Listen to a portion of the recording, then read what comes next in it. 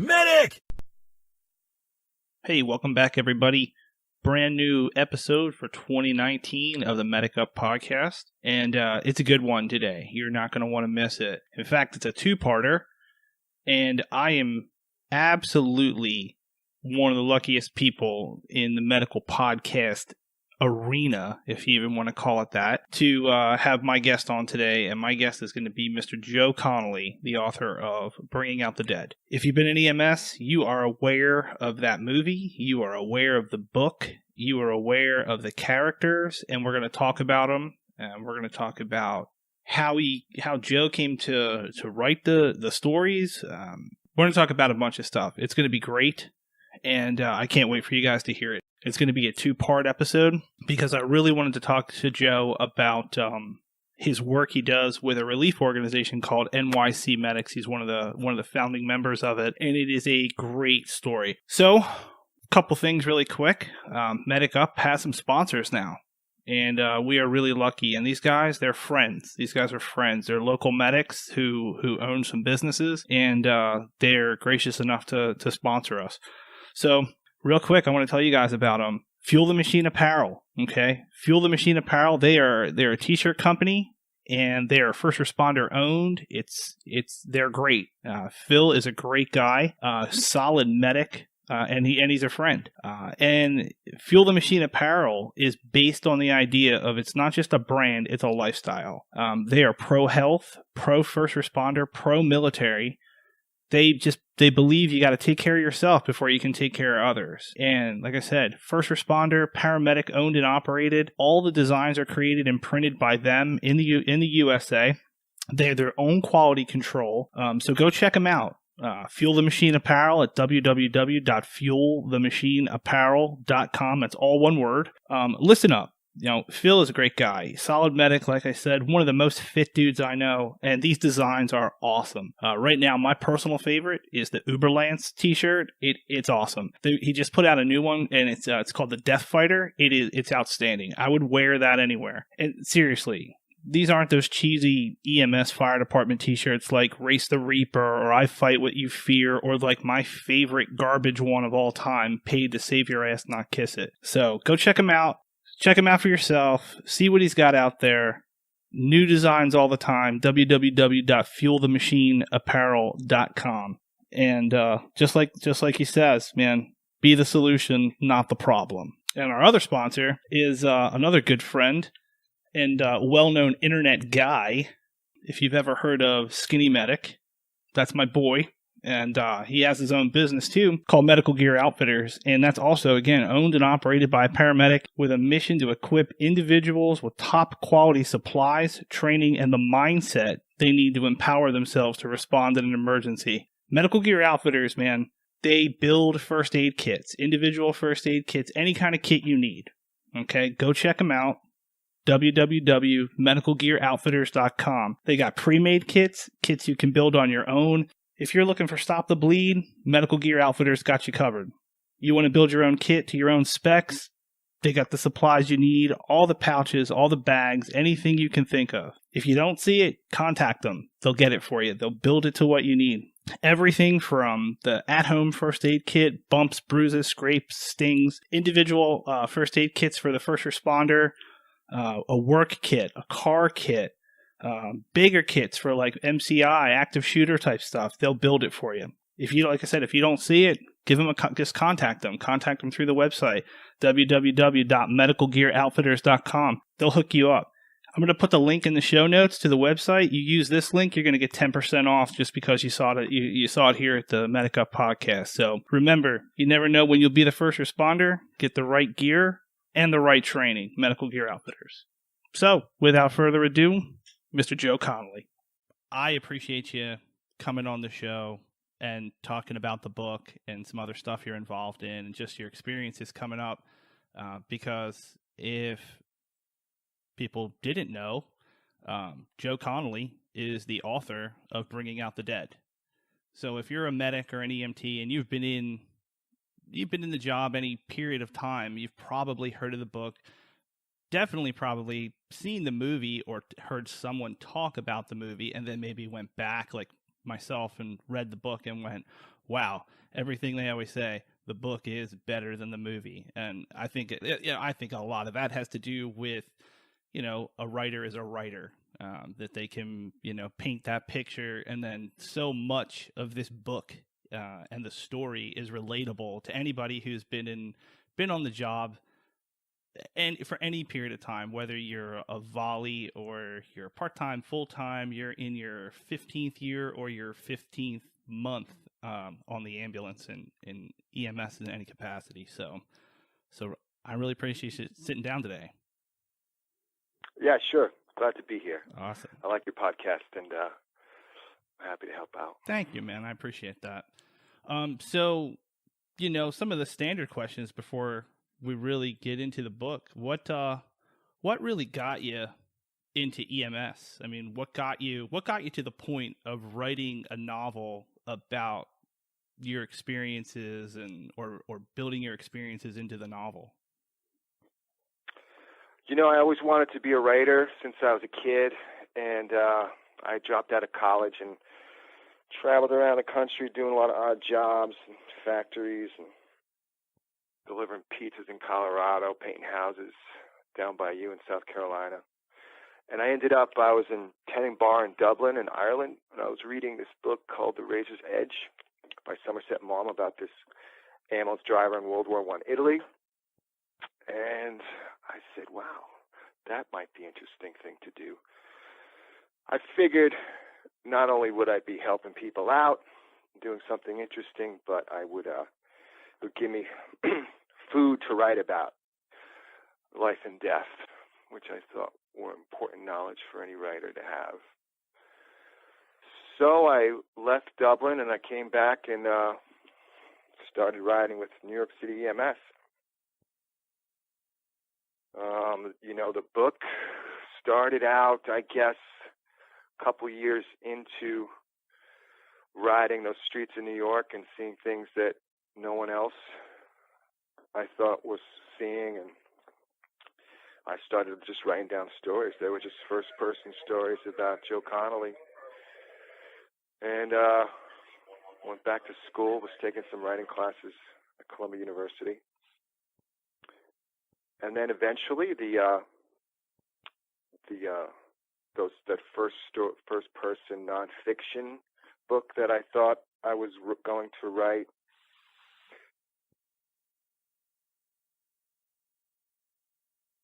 those first 2 years at EMS, I think I had done too good a job of walling off the darkest stuff, because you have to find a wall in order to keep doing your work. And I developed a guy named Frank Pierce, who has no walls and is basically a mirror of what he sees.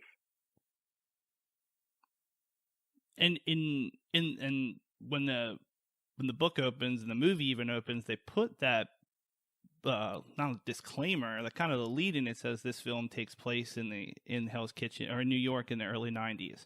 And I think and that, to me, I was just getting my start. I got my start in maybe the early 90s, more mid 90s, because I was really only starting to do ride-alongs as a explorer in 92, 93, and got my EMT in 96. And, seeing the film and being aware of the book, realizing that was taking place. And you say, the first 2 years, you have to kind of build up those type of walls when you see bad stuff. Now, where I was in suburban Philadelphia, I wasn't really seeing crazy stuff, and probably the medics protected me. I went to school in the northern tier of Pennsylvania, out in the woods. So, I mean, again, people would say, "Oh, that's the bad section of Williamsport." I'm like, I'm from the suburbs of Philly. You really got to impress me with the bad section.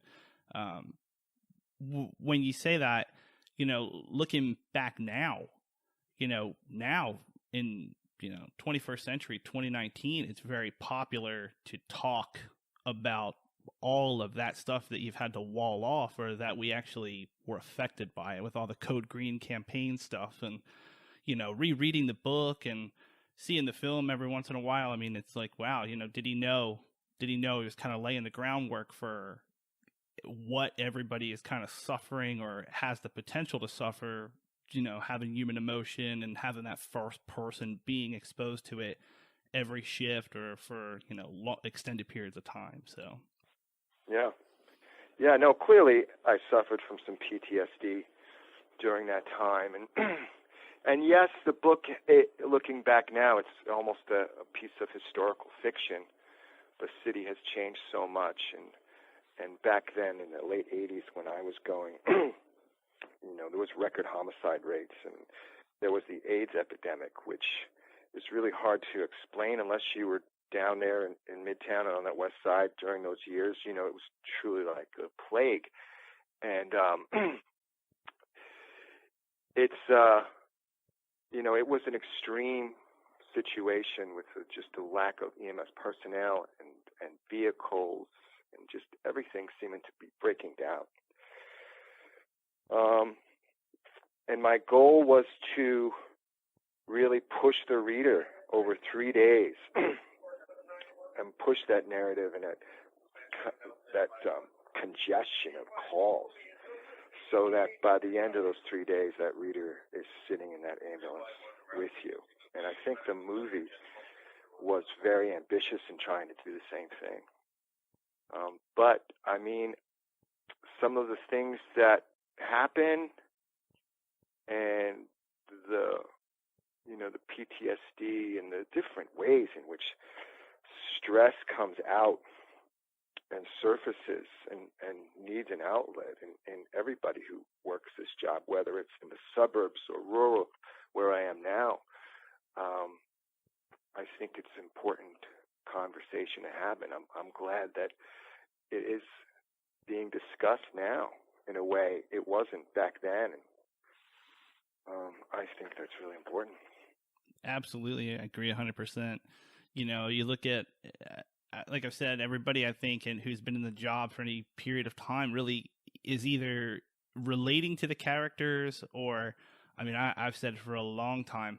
I think anybody on the ambulance has known one of those characters, has known a Tom Walls, has known a Marcus. Like, I can peg those at my service like perfectly.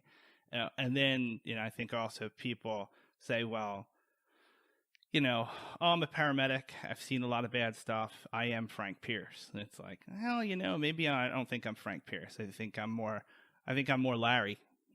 I'm more of a Larry. It's going to be Chris calling the shots one day, and it's what the the priority being. I can't eat the same thing twice in 2 nights, and even with that, as far as just the whole setting of the book being over a weekend of full moons, and by that Sunday night you're just exhausted. You're exhausted. You've run every call. You feel like you're the only ambulance available for calls.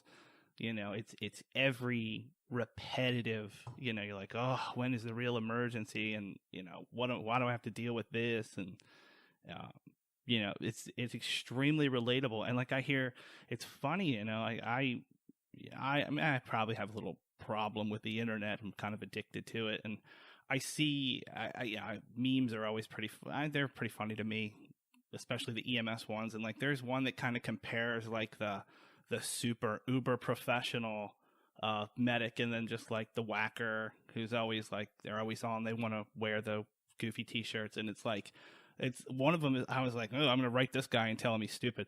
One said like, loves bringing out the dead. Like, it's bad. Like, it's bad to understand the book, understand the story, understand the characters. I was like, man, that's like a textbook I should put on my reading list for my students. Some people are like, I think when we talked before, you said, some people read it as a way of not to do things. And I said, man, you need to read it as a way of, this is why we're at where we are now. So, and then there's the opposite side to it. There's an absolute cult following to it. Like I said, everybody can relate to the characters or the situations or that type of weekend. So. Sure. Well, I've heard several paramedic schools that make the book a part of their required reading. It's tough when people, I tell people about the book, I always say, I'm not Frank. But I think a part of me is, and I think part of all of us who do it for any length of time have those nights which nothing works. And, you just don't seem to get that good call that comes along and wipes everything out. But I would say that, Frank really, in a lot of ways, he's not a real character in that he doesn't have any walls. And I purposely set him out there to feel everything. And in the end of the book, I consider it a happy ending, but it's a pretty simple concept. He just goes to sleep. He just finally gets a good night's sleep to go and start the next day. And I think a lot, and as somebody who's worked night shift for the predominant, time of my career, I get that. I get that in the simple way. Like, man, if I just let me get a good 8 hours. I don't sleep 8 hours anymore, even though I don't work full time on the ambulance. I wish I could sleep 8 hours. But it's also, I don't also not sleep 8 hours because, flashbacks or PTSD stuff. It's just, I don't know why, probably stress and just life in general. But I absolutely, it's 100% relatable. And I think that's what gets people into this book. And especially since, there's more writers out there now doing the the switch has been to the first person. Let me tell my story about the ambulance. And if that helps somebody, I want someone to get the help that I didn't have. There's been a few books out the last couple of years, 1,000 Naked Strangers. I can't remember. That's the most recent one. I think Kevin Hazard, and I had them written down, but can't find it. But good to see. Yeah, that first person thing, and people are reading it going, and I think it's doing two things. It's saying, great, this is and when you talk to them, they're like, man, this was a creative outlet for me, just like the podcast is a creative outlet for me to reduce that stress. And like I said, I get to talk to cool people about the job, and hopefully it helps my students and people who've been in any length of time, or the veteran salty EMS people, or the people just starting out saying, hey, I feel the same way too. That's normal, and this is where I can take it. So was writing the story, was it therapeutic for you in any sense, or was it just let's develop characters and mix my experience into this and write and just tell a good story? It's hard to say. I mean, during the writing of it, there comes a point where you really have to be able to separate yourself from the work and turn into the director, arranging the facts and being able to sort of objectively. So the catharsis that I hoped writing the book would bring me didn't really happen, but it's interesting being on the movie set and actually seeing Nicolas Cage play Frank. And there's a couple times in which I actually stood in for the character of Rose, and seeing him staring at me as if I was her, the character of the woman, the girl he couldn't save. That was probably more, I guess, redemptive than anything during the writing of the book. Wow. That's fantastic. Fantastic. The another thing that I loved about the book were the the vignettes at the end of the chapters, and it's like a one-page, just kind of again very relatable stories of calls that Frank would run. There's the one that was a fire in the park, and they find out it was actually a person who had been set on fire, and books were thrown on top of him. And Frank takes a book. It's The Fishing in the Great Lakes by Robert Gulliver, and he keeps the book. And then that kind of happens again on a car wreck. I think a car wreck where some teenagers were killed, and there's a St. Christopher statue he finds on the road, and it says he reverently puts it on the ambulance dashboard on his following shifts. Is that the fiction part, or is that based on stuff that really happened? Oh, that's all based on real events, and all the events through the nights are based on real events, but they're adapted or changed or made into a composite to push the story I wanted to, which was a lot of the stories is just about flipping the conventions, breaking the credibility, to get people to understand, the reader to understand and be in that place. Yes, and honestly, the book was about 500 pages at one time. There were so many stories I wanted to get in, and a lot of them just got in the way of the narrative and the drive, I was trying to take place. And so, even though I took those pages out, I still wanted to keep some of those stories in and those people in. And really, part of the book is about saving lives, not, in deeds, but in words, and that even the people we lose, we kind of save them in our heads, We keep a place for them all. Right. Absolutely. And, back to the kind those two vignettes about keeping the book and the statue. When I read those, it floored me because years ago I had a call. I had a bad motorcycle wreck, and it was a guy and a girl. And the guy was drunk. She was riding on the back. They had a bad wreck and ended up ejecting them both kind of into a small wooded area on the side of the road. And I had a student with me, I think. I had a student with me, and I sent her and my partner to go help this person who was ejected further. My patient was in the ditch. He was the driver. He was prone. He was kind of snoring, so we kind of rolled him over, fixed his airway. Our rescue truck showed up. I was like, "Hey, this guy's probably going to need an airway, so do your thing." And a highway patrolman grabbed my uniform, and he said, "Your partner said come with me right now." And I said, "Okay." And I walk up. Here's the rider had been ejected. She had hit a tree that was kind of felled. They were cutting trees down to build a subdivision in this little area, and she was in cardiac arrest. She was traumatic arrest. So we start working her. We end up moving her to the ambulance. And back when we worked cardiac arrest on scene, but we worked her, and in the process of the trauma, we're cutting her clothes off. And at the end of it, she didn't make it. We ended up calling it. And in the process of cutting her clothes off, I found a key. It was a house key. It was in her back pocket, and she had hit this tree that was felled so hard that it had bent the house key. And I had kept that. I kept that house key for years, and I didn't know why I did it. It was just one of those things. And I think, one year I finally just kind of got rid of it.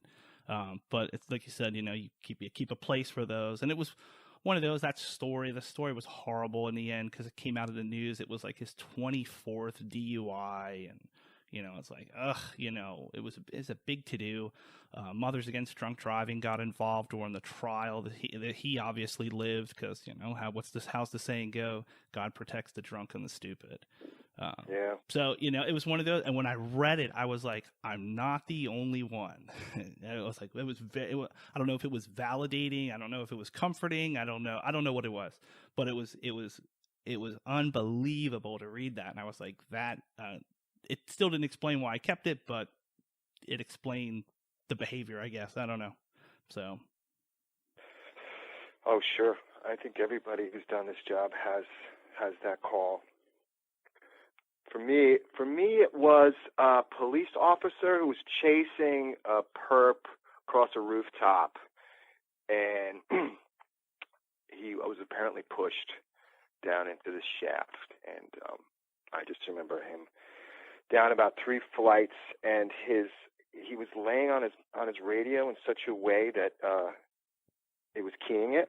And so his screams of pain, were just echoing all around us, was standing on the top. And, it's just ESU was trying to get him up, and they were just being so careful because he was in so much pain. And I realized, you just got to get him up. And I wanted to get down there, and they wouldn't let me. And, we just sort of watched him die from up top. By the time I finally did persuade them to get me down, it was too late.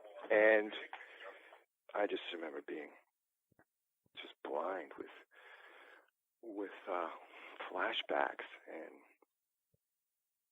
couldn't sleep for weeks, But everybody's different. Everybody has their own key, I guess you could say. And For instance, I was working up here. I started working way up in the Adirondacks where I live now. And one of my first calls was for a pretty bad accident, in which the guy had died. And I didn't think that much about it at the time, honestly, because, I'd seen so much. But the woman who I was with, she just, she couldn't function. And she had so many problems. Every time she would smell that leaking gas, or anytime she would smell diesel, she would sort of have a little breakdown, and she had to leave the job. And I didn't recognize that she was going through that probably until it was too late, and she probably could have gotten help earlier. Yeah, not to use a bad word, it's crazy how that works and how much we really didn't see it when you were kind of immersed in those, I guess maybe the high volume. I can't compare to NYC EMS at the time in the 90s. That high volume, high acuity, or maybe not even high acuity, but just shooting after, over and over and over, or, high crime rates or high violence rates in a small area. And then, being the service that's just constantly responding to that. Like, there's no end to it. I kind of look at my year as, there's cold and flu season, and then there's knife and gun season. And we always have, the 100 deadly days of summer. That's how I've looked at an EMS calendar, for the last, almost 25 years. I don't know, for a very long time, I felt that, EMS didn't deserve to be able to say PTSD until I started, really educating about doing education in general, and then having to research it and then seeing it come out and go, wow.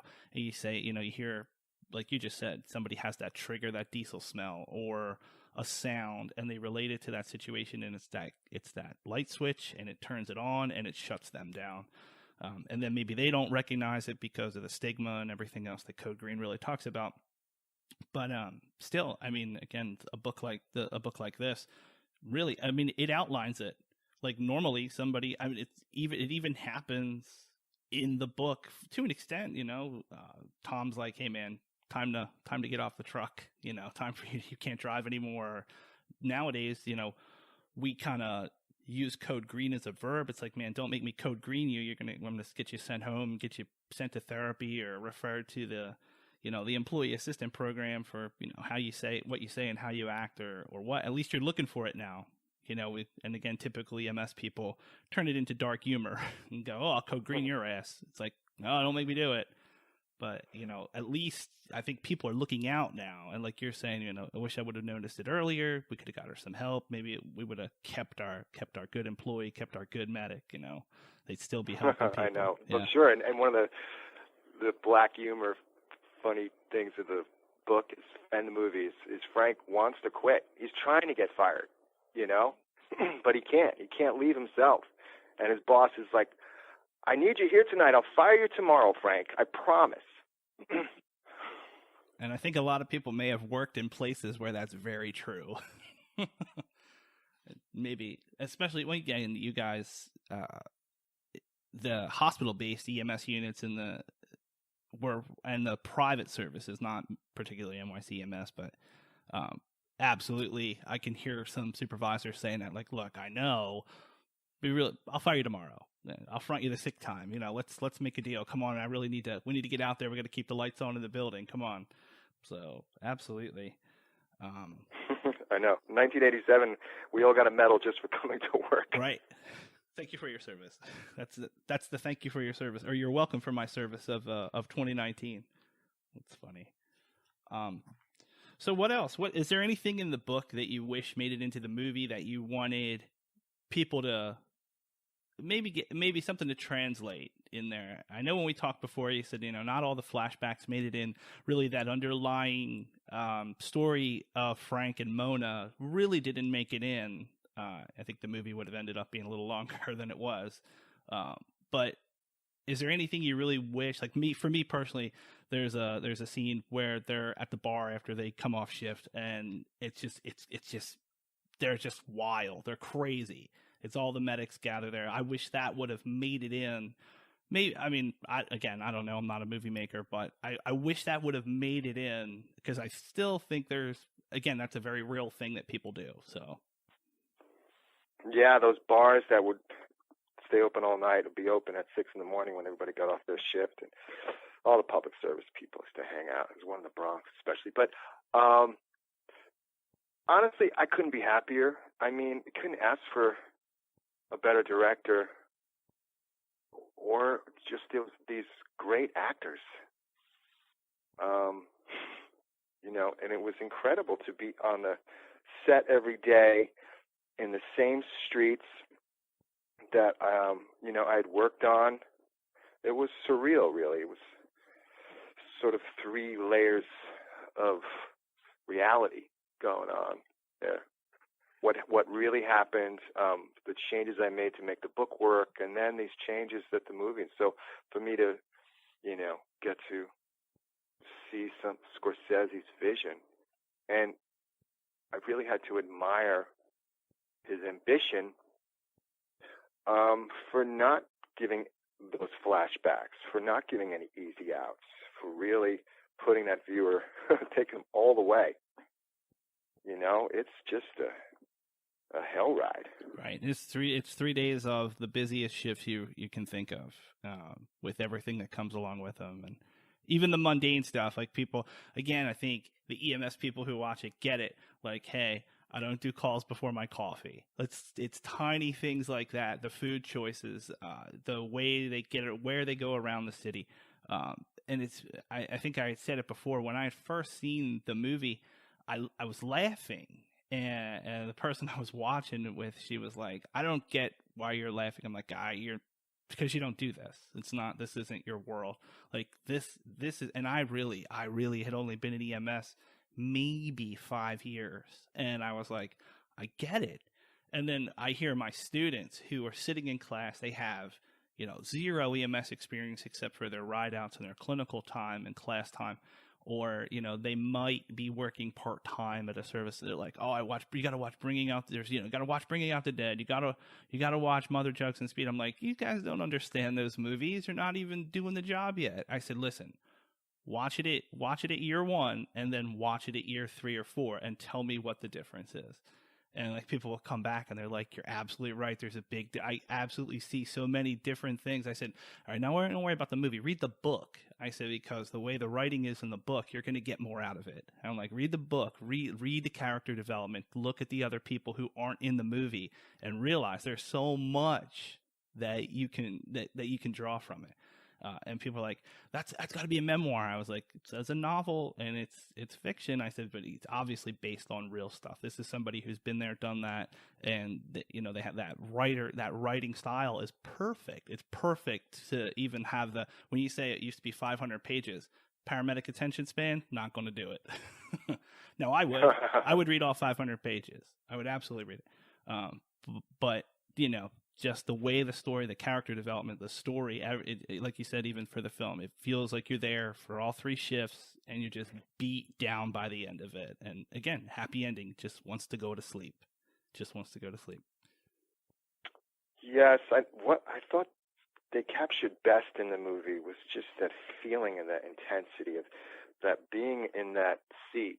Because we, in New York, you basically cover an area and you leave the hospital or the base at the start of your shift, and you stay in that area. So you're in that ambulance with your partner, with those windows around you. It's all night. You just run all night, all around that place. You get to know it so well. I thought was, one story from the movie. I wrote a piece for Esquire magazine about what it was like to be on that movie set, and I remember, if you watch the scene of the call for the girl and how we can't intubate her and she ends up dying, the whole thing was filmed in reverse. And so if you look carefully at it, you see the snow actually rising instead of falling. And it was and so it ended up filming a resurrection. So in the making of the movie, she actually gets up, you know, and comes back to life, although he ends up switching it. But that's what I saw. Just little surreal moments like that. I think I ended up reading that, and I found out about that being filmed in reverse, and I must have seen that movie 10 or 15 times before I knew that. And now I tell people after it's over, I was like, "Do you notice the snow falls up?" They're like, "What?" And I was like, "Now watch it again. Watch how she walks funny. Watch how they do the intubation. Watch it." And I'm like, "It's in reverse." And people are like, "I don't know why that makes it so much better. That's unbelievable." And I was like, "Man, it's great." I said, "But think about how they act and it's crazy how you just said about the resurrection end of it." I said, "Look, when they look at the entire story, they filmed it in reverse. They had to do the whole scene in reverse. So she started laying down and then got back up and walked backwards. And then when you look, they kind of look funny while they're doing it." I said, "But do you get the idea? The whole movie is about he couldn't save her and what he's dealing with." I said, "And look, this is how they had to film it to get that point across." So it's great to hear you say that. Yeah. Yeah. Yeah, including the actors sort of lip syncing the reverse. Yeah. Yeah. I mean, and I think it was about, he's so good at capturing the sort of hallucinatory qualities of flashbacks, you know, which is what he's really going through. The soundtrack gets a lot of accolades too, like in the typical Martin Scorsese end of it, where it's always like people are like, why does he pick that music to go with that? It never seems to fit, but when you really watch it, it absolutely fits. Like people go on. I've heard people go on and on about that, about the movie. They're like, it's one of the most eclectic soundtracks. It's like, yeah, but watch when he puts the music in, it's perfect. You know, it's like there's a really simple scene where he's riding with Mary Burke in the back of the ambulance. They're playing 10,000 Maniacs, These Are Days. People are like, Martin Scorsese, 10,000 Maniacs, it doesn't go. Are you kidding me? It's like, just watch the scene, how it plays out. It's a mundane ride to her house with that song. All the other stuff. All the other stuff. The opening song, my favorite, TB Sheets by Van Morrison. And Scorsese says he's always wanted to put that song into a film, and like he finally found the match. And it's perfect. It's perfect when it opens like that too. And it's really hard to read the book and not hear the music when the scenes come up too from the film. So, and that might just be me. That could just be me, but it works out. It works perfectly. So, well, great, man. It's a phenomenal book. I think you did a great job. I'm looking forward to, I think when you sent me your bio, I said you're working on another one, right? You're working on your third book. Yeah, this is about rural EMS and the last of that tribe of volunteers. And I've been working up in the Adirondacks in northern New York, small towns. I'm in a very small town today. You can hear the radio going on in the background. But how different it is when you know the people and you know their families and you go in their houses and also the different kind of EMS of an hour ride to the hospital. Not only that hour can be incredibly difficult, when it's on a tough call, but also those even routine calls and the stories you get and the intimacy with patients and their families that don't happen in New York. And I guess it's also it's a story of a big car accident and how it can affect the entire town and certainly infect the first responders who were on it. But at the same time, I found that it's those EMS workers and firemen are the ones who, after it's over, can help not only heal themselves, but to heal those around them. Sort of more about the aftermath. Hopefully soon. I'm trying to finish up the last few chapters right now. It'll be called The Awful Grace. Great. Not to switch gears. I mean, I'm absolutely excited about that. Can I switch gears a little bit to NYC Medics? Can we talk about that real quick? Yeah. Awesome.